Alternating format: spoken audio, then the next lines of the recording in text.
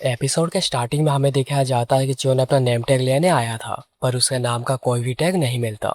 क्या मेरा कोई नेम टैग नहीं है? हाँ, तुमने सही कहा, मुझे सेवन प्रिंस का नाम का कोई नेम टैग नहीं दिख रहा। लगता है तुम्हें इंतजार करना पड़ेगा जब तक मुझे वो मिल नहीं जाता। चियोन सोच रहा था, यह जरूर उस सिक्स क्लास का काम है। ठीक है, मैं समझ गया, मैं यहाँ पर इंतजार करता हूँ। लगता है कि वो नहीं चाहते मैं उनके साथ फ्रंट रो में खड़ा रहूं। वेल, अगर मैं शुरू से उनके साथ कॉन्फ्लिक्ट में शामिल होऊंगा तो इसमें प्रॉब्लम मुझे ही होगा। ये वही लोग हैं जो कि मुझे हमेशा मारने की कोशिश करते रहते जब भी उन्हें कोई मौका मिल जाता है। पर मैं फिर भी यहाँ पर आ गया हूँ, उनके अनगिनत हमलों के बाद भी। पर वो शायद मुझे यहाँ पर देखते ही मार देंगे। मुझे यहाँ पर सबसे ज्यादा स्ट्रॉन्ग बनना ही पड़ेगा। उसके बाद चियोन जाकर सबके साथ लाइन में खड़ा हो जाता है और उसे जो नेम टैग मिला था वो पूरा काला था और ये शायद सिक्स क्लान के बच्चों ने ही किया होगा। चियोन को देखकर दूसरे बच्चे बातें कर रहे थे। वो लड़का एक उत्तराधिकारी है ना, पर वो सिक्स क्लान से बिलोंग नहीं करता। र्यूमर है कि उसे कोई भी मार्शल आर्ट स्टाइल नहीं आती। तो फिर तो वही होगा जो कि सबसे पहले फेल होकर यहाँ से जाएगा। जो सोच रहा था, मुझे सुनाई नहीं दे रहा है कि वो कौन सी बातें कर रहे हैं, पर ये तो ऑब्वियस है कि वो मेरे बारे में ही बात कर रहे हैं। अभी के लिए मुझे उन्हें कुछ भी कहना नहीं चाहिए। तभी लिहुआ की नजर उस पर पड़ती है। ये काफी अजीब है, वो सबसे पीछे अकेला खड़ा हुआ है। लगता है ये काफी मजेदार रास्ता है टेंशन लेने का। आखिर वो लॉर्ड का नाजायज बेटा जो है। उसके बाद भोंपू बजाए जाते हैं, यानी वो सभी यहाँ पर आ रहे हैं। तभी लॉर्ड बाहर आते हैं और उनके साथ और लोग भी थे। राइट गार्डियन क्रेजी ब्लेड सियोबमेंग। लिहुआ कहता है, तुम आखिर ऐसे कपड़े क्यों पहनते हो? सियोबमेंग कहता है, तुम्हें से क्या, तुम अपने काम से काम रखो ना लाल बालों वाले आदमी। तभी लीड गार्डियन ग्रेट गार्डियन की मेरा क्यों कहता है, तुम दोनों चुप रहो। और हम उनके चेहरे पर डर देख सकते हैं। फिर हमें लॉर्ड को दिखाया जाता है जो कि मुरिम चियोनमा कल्ट के टॉप 5 स्ट्रॉन्गेस्ट में आते हैं और उनका नाम है योजोंग। लॉर्ड को अपने सामने देखकर सभी काफी घबरा रहे थे। उनकी प्रेजेंस तो एक और ही लेवल की है। मैं तो अपना सर ऊपर उठा ही नहीं पा रहा। लॉर्ड के बारे में जैसा सोचा था वो बिल्कुल वैसे ही है। चियोन वहीं पर सोच रहा था, तो ये आदमी मेरे डैड है। सभी अपने में खुसर फुसर कर रहे थे, जिस पर मैरिकम कहता है, सब लोग चुप हो जाओ। माय लॉर्ड, अब आप शुरू कर सकते हैं। योजोंग फिर कहना शुरू करते हैं, तुम सबके ऊपर निर्भर करता है इस कल्ट का फ्यूचर क्या होगा, इसलिए तुम सभी का यहाँ पर स्वागत है। योजोंग का ऑरा इतना स्ट्रॉन्ग है कि सभी के पसीने छूट रहे थे। क्या इसे ही नेगो यानी सॉफ्ट स्टाइल कहा जाता है? चियोन मन में ही कह रहा था, ऐसा लग रहा है कि वो बस बात कर रहे हैं, पर मुझे उनकी बातें यहाँ पर बिल्कुल पीछे बिल्कुल ही क्लियर सुनाई दे रही है। योजोंग फिर कहते हैं, यहाँ पर अच्छे से ट्रेनिंग करना और अच्छे टाइल्स बनाना, इस कल्ट का पावर तुम्हें बनना है। और सभी पूरे जोश में आ जाते हैं। योजोंग की नजर फिर चियोन के ऊपर पड़ती है, पर वो कुछ नहीं कहते। ये पहली बार है जब मैं उसे मिल रहा हूँ और मुझे बस उनके साथ आंखें दिखाई दे रही है जिनके पीछे बहुत भयानक तूफान छुपा हुआ है।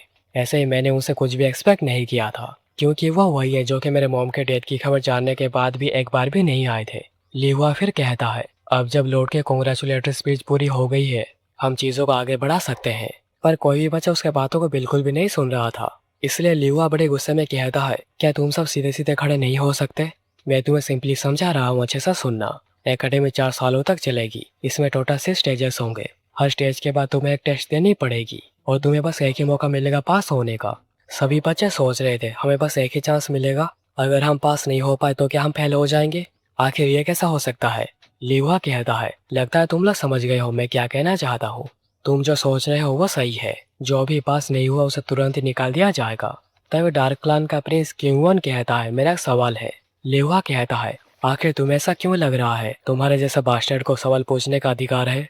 किंगवन ये सुनकर काफी सरप्राइज होता है, क्योंकि वो सिक्स क्लास को बिलोंग करता है तो उसे हमेशा से स्पेशल प्रिविलेज मिलती आई है। तो आखिर लिहुआ उसके साथ ऐसे कैसे बात कर सकता है? लिहुआ कहता है, अच्छा तो तुम्हें कोई प्रॉब्लम है मैं तुम्हें बास्टर्ड कह रहा हूँ इसको लेकर?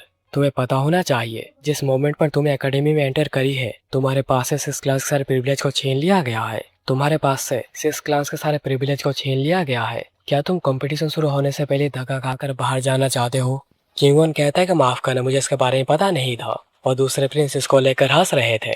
लिहुआ कहता है, वेल ये काफी ऑब्वियस है कि तुम क्या पूछना चाह रहे थे। तुम्हें लग रहा होगा कि 6 स्टेजेस के लिए एक चांस काफी अनफेयर है, पर जो भी टेस्ट को पास करके नेक्स्ट स्टेज में जाएगा उन्हें स्पेशल बेनिफिट्स मिलेंगे।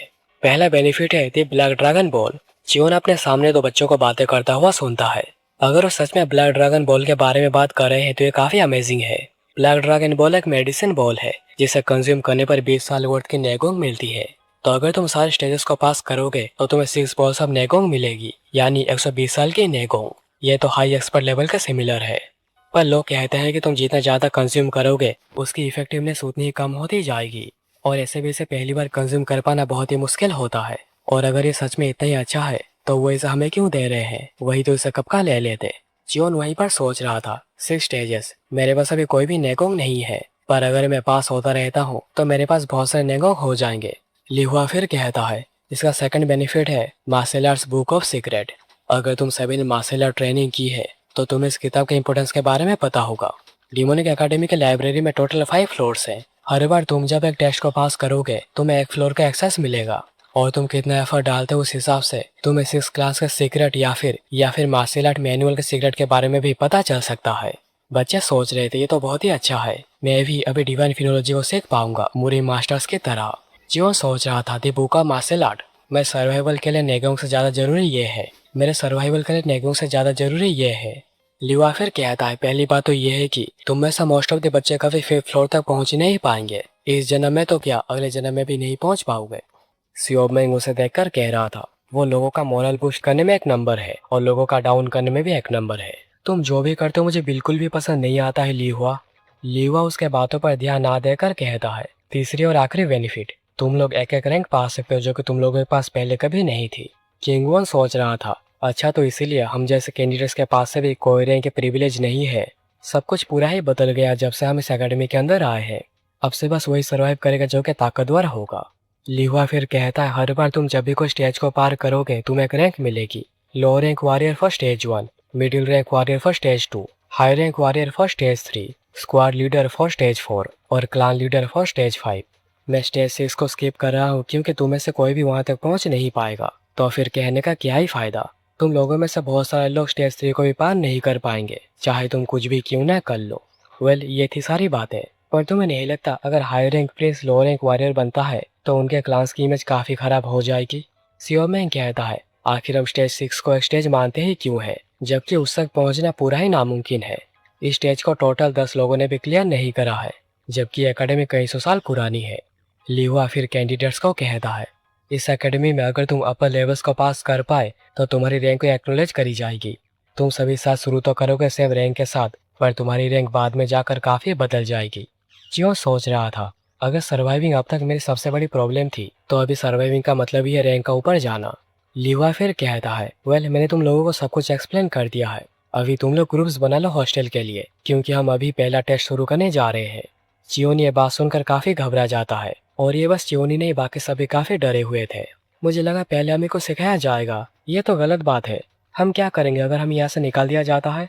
लिवा कहता है, सब लोग शांत हो जाओ, जैसे कि मैंने कहा था जो भी फेल होगा उस एकेडमी से निकाल दिया जाएगा, क्योंकि वो तो लो रैंक वॉरियर कहलाने के भी लायक नहीं। पहले टेस्ट में तुम्हारी बेसिक स्किल को परखा जाएगा, तुम्हारे पास एटलीस्ट बेसिक नेगोंग होनी चाहिए हमारी इस एकेडमी के वॉरियर बनने के लिए।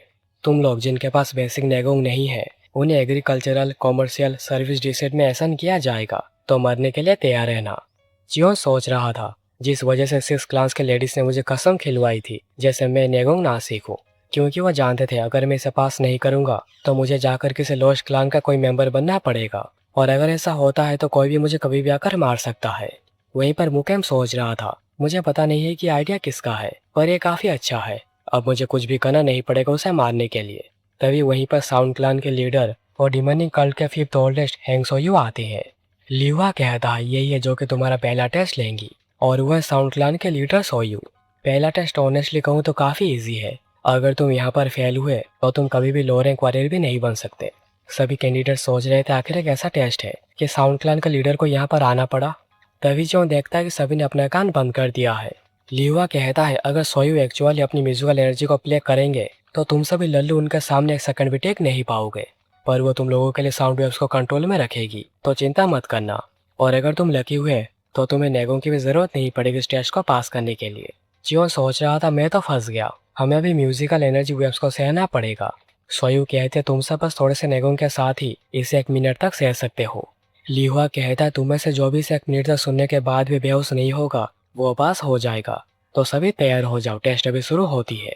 और सोयू म्यूजिक बजना शुरू करती है, जिसकी वजह से बहुत से बच्चे बस 1-2 सेकंड में ही ढेर होना शुरू हो जाते हैं। किसी के चेस्ट में पेन हो रहा था तो किसी के कान से खून निकल रहा था। लिहुआ देखकर सोच रहा था, जैसे कि मैंने एक्सपेक्ट किया था, most of the small class अभी तक ढेर हो चुके हैं। उनके कंपैरिजन में 6 क्लास के बच्चे और दूसरे हाई रैंकिंग क्लास काफी अच्छा कर रहे हैं। मुकेम सोच रहा था, ये तो बस मेरे कानों में गुदगुदी कर रही है। सिक्स क्लास के बच्चों ने बचपन से मेडिसिन ली है जो कि उन्हें नेगोंग गैदर करने में हेल्प करती आई है, पर वह बास्टर जिसके पास बिल्कुल भी नेगोंग नहीं है वो तो अब तक बेहोश हो चुका होगा। तभी सारे कैंडिडेट्स महसूस करते हैं कि सोयू ने अचानक ही म्यूजिकल एनर्जी वेव्स के पावर को बढ़ा दी है और इसे सहना सिक्स क्लास के बच्चों के लिए भी मुश्किल हो रहा है। पर आखिर वो ऐसा क्यों कर रही है? तभी हम सोयू को देखते हैं जो कि बहुत ही ज्यादा गुस्से में थी। आखिर वो अभी तक नीचे क्यों नहीं गिरा है? और हम देखते हैं कि च्यून बड़े आराम से खड़ा हुआ था। यह क्या, आधे से ज्यादा लोग आखिर नीचे क्यों गिरे हुए हैं? क्या उन्हें इंटरनल इंजरीज हुई है? तो फिर मैं अभी तक कैसे ठीक हूँ? तभी नैनो कहता है, मैं powerful high and low frequency sound को सेंस कर पा रहा हूँ। एक पॉसिबिलिटी है कि इसकी वजह से आपका शरीर डैमेज हो सकता है, इसलिए मैंने इमरजेंसी डिफेंस मोड एक्टिव कर दी है जो कि साउंड वेव्स को ब्लॉक कर रही है। चियोन कहता है, अच्छा तो ये तुम्हारा काम है, इसलिए मुझे कोई भी साउंड वेव सुनाई नहीं दे रही। नैनो कहता है, आपने सही कहा, मैंने टेम्पोररीली आपके साउंड सेंसिंग फंक्शन को बंद कर दी है। चियोन कहता है, तो फिर मैं तुम्हारी बातें कैसे सुन पा रहा हूँ? नैनो कहता है, जानकारी डायरेक्ट आपके दिमाग में भेजी जा रही है, इसलिए आपको मेरी बातें सुनाई दे रही है। चियोन कहता है, तुम क्या कह रहे हो, मुझे कुछ भी समझ में नहीं आ रहा। तभी चियोन नोटिस करता है कि सोई उसे बड़े गुस्से में देख रही है। क्या तुम इस खतरनाक लूप को ब्लॉक कर सकते हो? नैनो कहता है, क्या आप चाहते हैं मैं आपके विजन को ब्लॉक कर दूं? चियोन कहता है, नहीं नहीं ठीक है, तुम छोड़ो ये सब। यहाँ पर लिवा सोच रहा था, मैं सोयू के परफॉर्मेंस के अंदर एक इम्पेशंस को सेंस कर सकता हूँ। साउंड क्लान की हिस्ट्री देखें तो ये पहले से काफी पावरफुल हो गई है और उनके साउंड वेव्स कैंडिडेट्स के लिए कुछ ज्यादा ही है जिनके पास 20 ईयर्स ऑफ वर्थ में नेगोंग नहीं है। जैसे कि मैंने सोचा था वो इसका रीजन है। मैंने सुना था कि उसके पास नेगोंग नहीं है, पर शायद वो गलत था। वो इस पावरफुल एनर्जी वेव्स को बड़े स्टेबल कंडीशन में सह रहा है। ये पहली बार है जब मैंने पहले टेस्ट में ऐसा कुछ एक्साइटिंग देखा है। अब देखना यह है कि वो कब तक टिक पाता है। यहाँ पर इतने पावरफुल एनर्जी वेव्स की वजह से कैंडिडेट के कानों से खून निकलने लगा था और अब तो सिक्स क्लास के कैंडिडेट्स को भी काफी मुश्किल हो रही थी इसे सहने में। मुकेम सोच रहा था, मुझे इस टेस्ट को पास करना ही पड़ेगा मेरे क्लान के प्राइड के लिए। पर आखिर सोयू से इतनी इंटेंसली क्यों यूज कर रही है? और उनका हावभाव भी बहुत ही बदल चुका है, लग रहा है वो काफी गुस्से में है। तभी मुकेम पीछे मुड़कर देखता है और वो जो देखता है पूरा ही चौंक गया था। दूसरे सिक्स क्लास के बच्चे सोच रहे थे आखिर उसे क्या हुआ, आखिर वो ऐसे क्यों देख रहा है, और ऐसे में हमें तो पीछे देखने का कोई रीजन नहीं है, क्या हमारे पीछे कुछ है? और वो सभी पीछे मुड़कर जियोन को स्टेबल कंडीशन में देखकर पूरा चौंक गए थे। आखिर ऐसा कैसा हो सकता है? उस बास्टर्ड के पास तो कोई भी नेगोंग नहीं है और वो बिल्कुल आराम से खड़ा हुआ है। देखकर तो लग रहा है कि उसे बिल्कुल भी थका नहीं हुई है। मुकेम गुस्से में सोच रहा था, तो उस बास्टर्ड के पास सच में नेगोंग है। और ये एपिसोड यहीं खत्म हो जाती है।